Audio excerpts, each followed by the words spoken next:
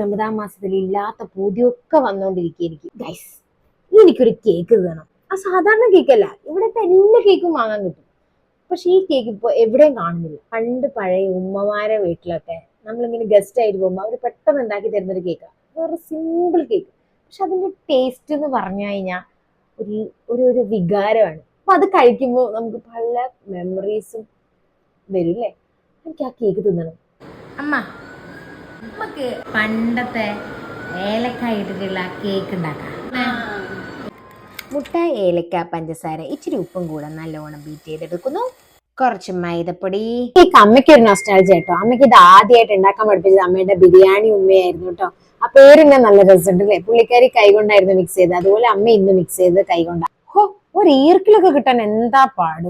ആ ഈർക്കിലില്ലാത്തോണ്ട് ഫോർക്ക് കൊണ്ട് കുത്തിയ കലയാണ് ആ കാണുന്നത്. ഈർക്കിലി അവസാനം ഞാൻ ഒപ്പിച്ചിട്ടോ. അവസാനം നമ്മളെ സംഭവം സെറ്റായി. മോനെ ഒരു രക്ഷയില്ല. ഒന്ന് ട്രൈ ചെയ്ത് നോക്കൂട്ടോ, അടിപൊളിയാണ്.